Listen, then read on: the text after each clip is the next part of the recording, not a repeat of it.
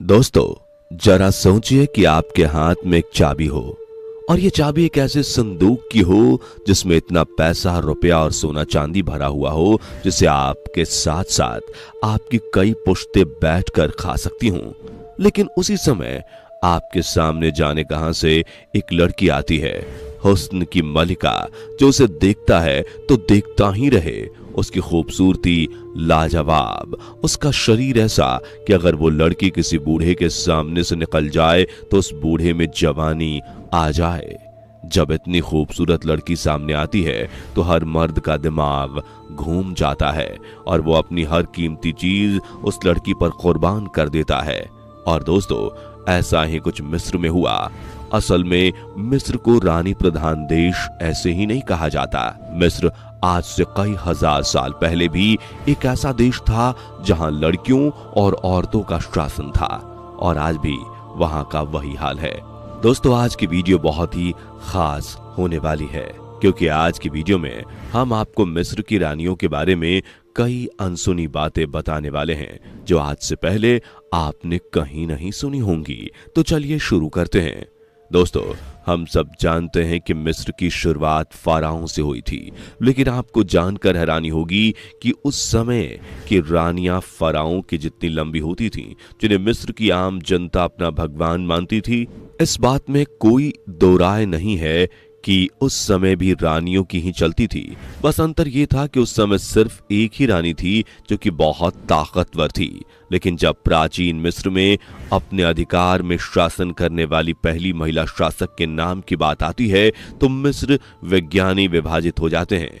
कई लोग मानते हैं कि नीत होटेपे पुराने साम्राज्य की पहले राजवंश के दौरान पहली महिला फिरौन थी, तो कुछ लोगों का मानना है कि नीत होटेप पहले पुरुष फिरौन नामर की पत्नी थी, न कि एक महिला फिरौन। इतिहासकारों द्वारा शुरू में नीत होटेप को एक पुरुष शासक माना गया था क्योंकि उसकी कब्र पुरुष फिरौन के साथ अधिक मेल खाती थी।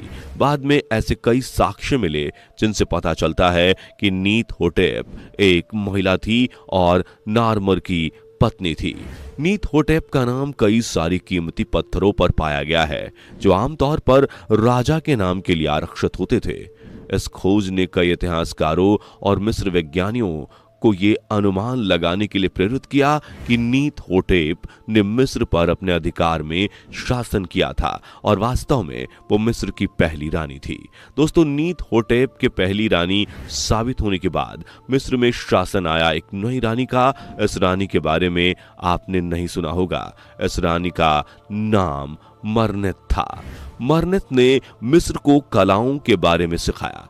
मरनेत की पकड़ कलाओं पर बहुत मजबूत थी। इतिहासकारों की माने तो वो मिस्र की एकमात्र पवित्र रानी थी जिसने अपने पति के अलावा कभी किसी को नहीं देखा था।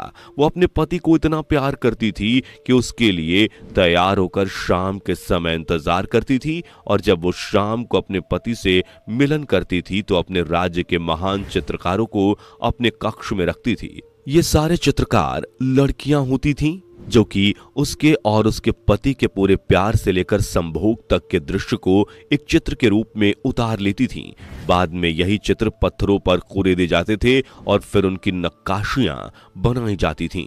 दोस्तों, मरनेत का सिक्स सेंस काफी हाई था। वो काफी आगे की सोचती थी क्योंकि उसका पति अक्सर उससे पूछता था कि तुम हमारे अकेले के समय में इन सब को बुलाकर ये क्या करवाती हो। तो मरनेत कहा करती थी कि आगे भविष्य में जब हमारे जैसे और लोग होंगे तब वो इन मूर्तियों को देखेंगे, इसकी तारीफ करेंगे और हमें याद करेंगे और जब तक ये मूर्तियां रहेंगी तब तक हमारा प्यार यूं ही बना रहेगा। उसका सीधा मतलब आने वाली इंसानी प्रजाति से था। दोस्तों, जब कभी आप मिस्र के पिरामिडों या फिर वहां बनी गुफाओं में जाएंगे या फिर मिस्र के म्यूजियम्स में जाएंगे तो आपको वहां पढ़ने को मिलेगा कि मिस्र में काम सूत्र की प्रथा को सबसे पहले मरनेत ने ही चलाया था। अब उसे ये सब कैसे पता चला होगा, ये अपने आप में ही एक रहस्य है। दोस्तों, मरनेत के बारे में तो लोग फिर भी जानते हैं, लेकिन उसका पति कौन था इस पर थोड़ा संशय है। फिर भी कई लोगों के मुताबिक मिस्र के सबसे पहले राजवंश के चौथे फिरौन डिजिट मरनेत के पति थे। कुछ समय बाद दीजिट की मृत्यु हो गई और उसकी मृत्यु के बाद मरनित अचानक से कहीं गायब हो गई थी। वो फिर दोबारा कहीं नहीं मिली और ऐसा भी नहीं था कि उसे किसी ने मार दिया हो, क्योंकि उसकी डेड बॉडी भी कहीं नहीं मिली। ये भी एक बहुत बड़ा रहस्य है। अब मिस्र की लिपियां और मिस्र में जीवन जीने का तरीका सब बदल रहा था।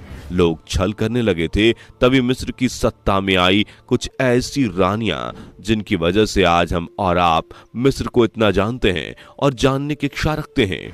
दोस्तों, इन रानियों में हत्शेपसुत, क्लियोपेट्रा और नेफरतीती जैसी और भी रानियां शामिल थीं। क्लियोपेट्रा का तो सीधा सिद्धांत था, सत्ता हासिल करो, राज करो और अपनी पावर बढ़ाओ, भले उसके लिए कुछ भी करना पड़े। यही कारण था कि क्लियोपेट्रा ने पहले तो अपने ही भाई टोलेमी से संबंध बनाए, उसके बाद उसने अपने ही भाई से शादी भी कर ली।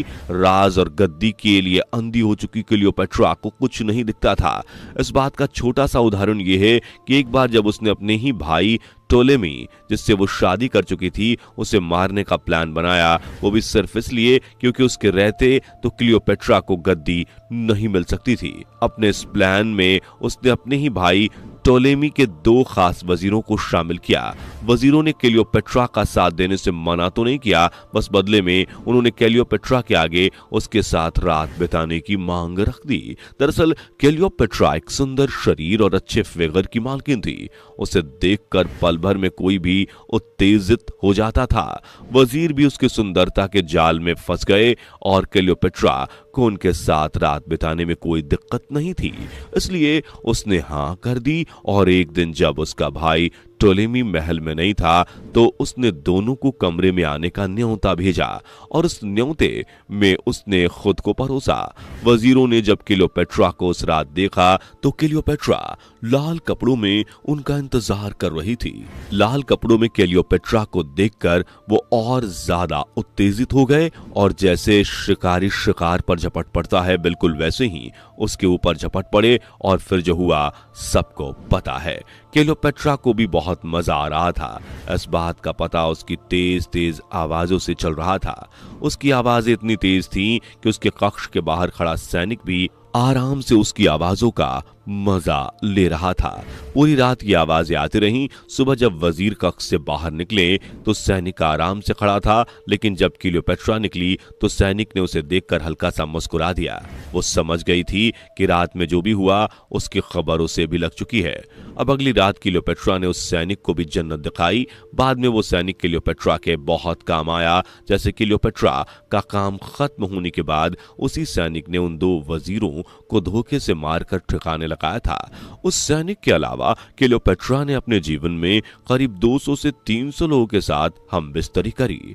इस शासन के बाद तो इजिप्ट में मानो कि गैर मर्दों के साथ सोने का रिवाज ही चल गया। इजिप्ट की सबसे लोकप्रिय और नेकदिल रानी नेफरतीती ने भी कुछ इसी तरह से मिस्र पर राज किया। वो तो ऐसी रानी थी कि किसी गरीब के साथ भी रात गुजार लेती थी। ऐसा करने से उसे मिस्र की जनता अच्छा समझती थी और इसी बल पर उसे मिस्र की गद्दी भी मिली थी।